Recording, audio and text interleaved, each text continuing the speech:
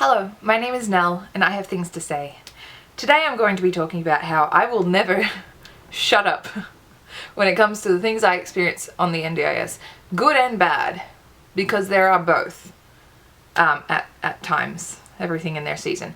I recently actually spoke about it in a video about how a worker of mine left, and she told me, assuming that I'd been told by the organisation, and then the organisation told me the day before she was supposed to leave, and it was very messy. Anyway, I lodged a complaint because I was not happy with how they handled that at all.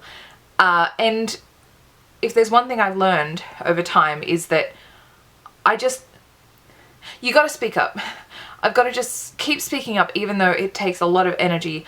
My catchphrase is, I'm not assertive, I'm just pissed off. That's just the way it is. I just need to keep on speaking up because I just get so mad with how things work.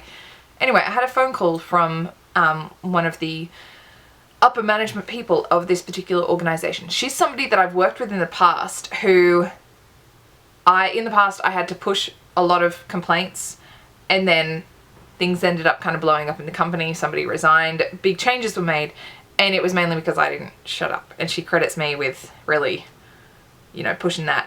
So she called me and she said, hey, something popped up on my desk about you making a complaint. I need to know about it. Please tell me exactly what's going on.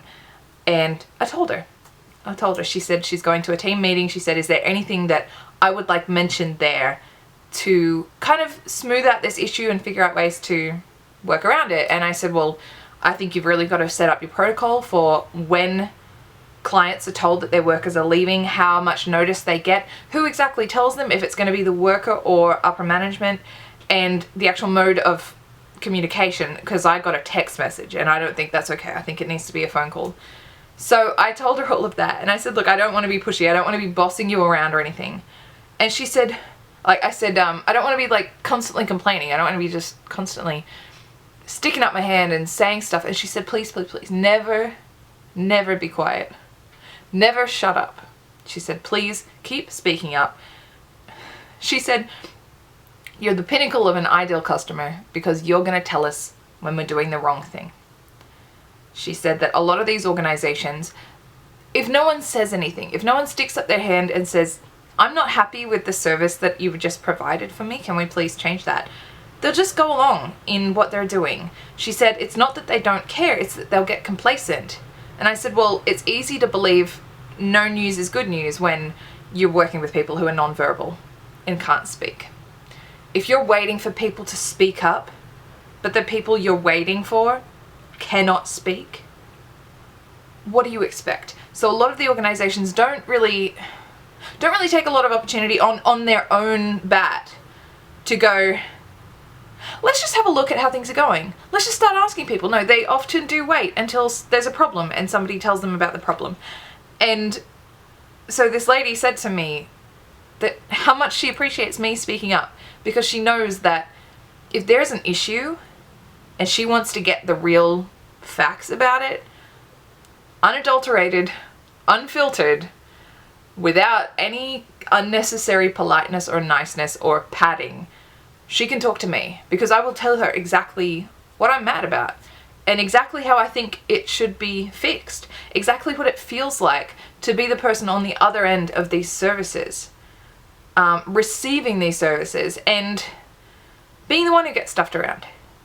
Because I know there are people who would just be receiving these services, and if they had a worker who just left and they got a day's notice, they wouldn't speak up because they wouldn't think that they could. They wouldn't realize that they should. If somebody has been receiving services all their life and they've always been treated a certain way, they might not realize there's another option. All right? A lot of people talk about people who've been through hardships. Why don't they speak up? Why don't they try to make a change if they're being, abused or manipulated or just treated badly? Why haven't they spoken up? But the thing is, if all you know is what you experience, how do you know to speak up? Do you ever run up to someone and say, oh my goodness, I got up and the sky is blue today? You got to tell someone. Somebody's got to fix it. Of course you don't. Because in your world, the sky's always been blue. You have no reason to tell somebody about what is normal to you. You don't feel the need to complain about what is normal because it's just normal. You don't think there's any other option. For me, I have lived life as an independent adult without disabilities. I know what I should expect as a consumer, as a customer, as a client of a business. And that's how I treat my disability care. I am a consumer and I am receiving a service from a business. Money is exchanged and I should be getting what I pay for. So I treat it that way. And so I can say, I'm not happy with that service. I would like to make a complaint and I would like to tell you what I would like to see, how I would like you to change it. But a lot of people don't know that. If they've been in this all their lives, they will take what's handed to them because they don't realize that they can say, I'd prefer something else. The amount of times I've heard of people living in group home situations in disability care who don't realize that they can say no to tea and yes to Milo because somebody has always made tea for them and has never stopped to say Milo or tea and let them choose. People who don't have a voice still have opinions, still have feelings, and they still feel things that are happening to them.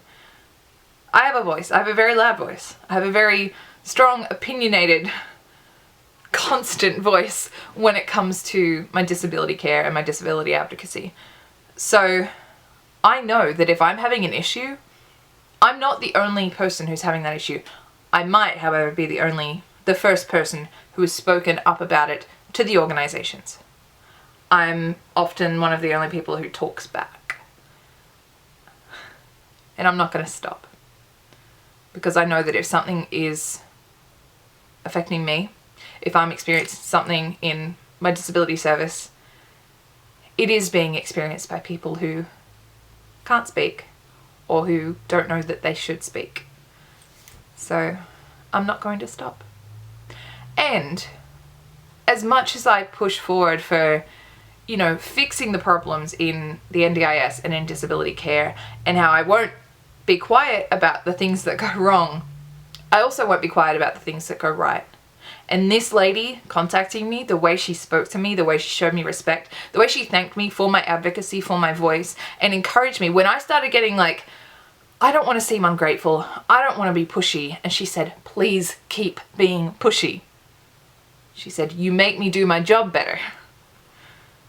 That is excellent. That is a good experience with disability care.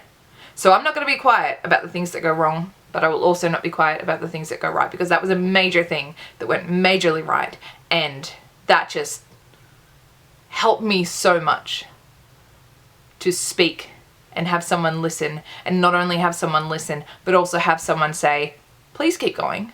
Please tell me more. Please don't ever stop speaking.